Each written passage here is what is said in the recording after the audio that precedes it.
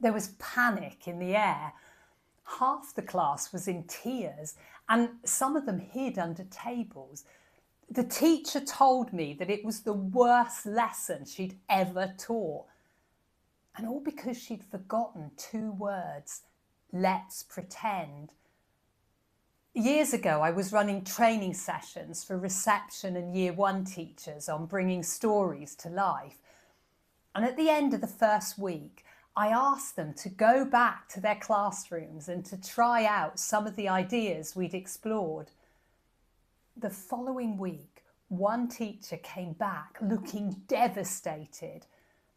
She'd been doing chicken licking, and wanting to make it more exciting for the children, she told them that the sky was actually falling down outside so that they could act out how it made them feel.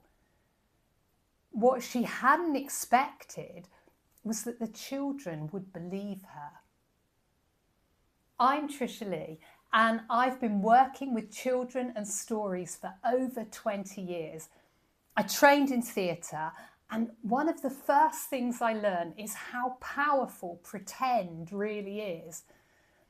It's not just play, it's not just fun. Pretend is a tool that can create entire worlds. It can change how people feel. It can make them believe things that aren't actually real. And like any powerful tool, if you don't know how to use it, or if you forget to remind people that it's a game, you can do real damage. I remember once asking a 4-year-old, "Can I see you climbing the tree?" And he lifted one leg, then he lifted the other, and he promptly fell over. He wasn't hurt, and we both laughed, but it stopped me cold. He was so engaged in the story. It was as if he believed he could lift both his legs off the ground, that the tree was really there. You see, imagination is powerful, and saying pretend matters. Because when children are acting out their helicopter stories, using that one word, pretend, can stop many a bloody nose. If a child is pretending to be a horse on all fours and another is supposed to ride them, just saying pretend stops the rider from putting their full weight on their friend.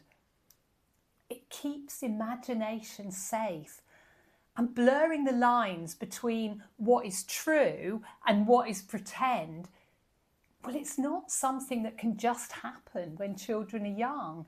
Adults can get confused too. You only have to look at any of the hidden prank videos to see how real pretend can become. And in a more extreme version of this, when Orson Welles broadcast War of the Worlds in 1938, people thought the Martians really had landed. The programme sounded so real that families fled their homes. Police stations were flooded with calls, and some people even hid in their basements. And this mass panic can still happen today. A few years ago, a secondary school in Worcestershire staged the shooting of a teacher as part of a lesson. First, they told the children that there was a gun in the school. Then an alarm sounded and more than 300 pupils were sent out into the playground. They heard a noise like gunfire, and then a teacher fell to the ground pretending to be shot. The children were in tears. Some of them were physically sick. And just like the teacher bringing chicken licking to life, the teachers involved were trying to make learning memorable, to help children understand something important. But they hadn't realised how powerful pretend is, and they didn't make it clear that it was a game. I mean, maybe they thought saying pretend would dilute the impact. But here's what I've learned. Letting children know that something is pretend doesn't dilute the magic, it protects it. When you say, let's pretend, children don't disengage, they lean in harder because now they know they're safe to commit fully. Now they can fly like a dragon or scream like a monster or be terrified of the giant without the fear that it might actually be real.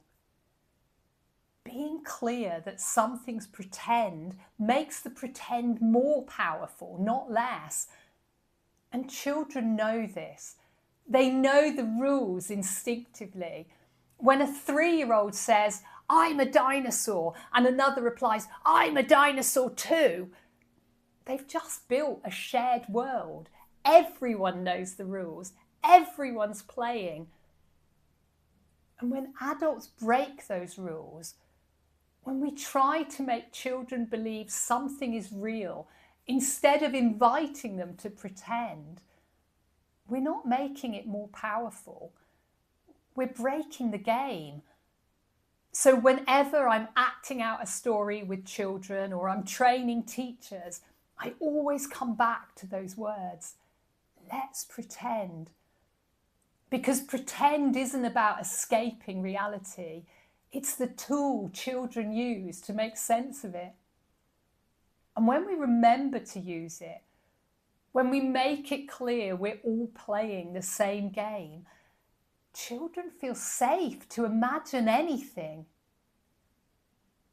And if you'd like to know more about the power of story, please join our story community. And don't forget to subscribe. I'll see you next time.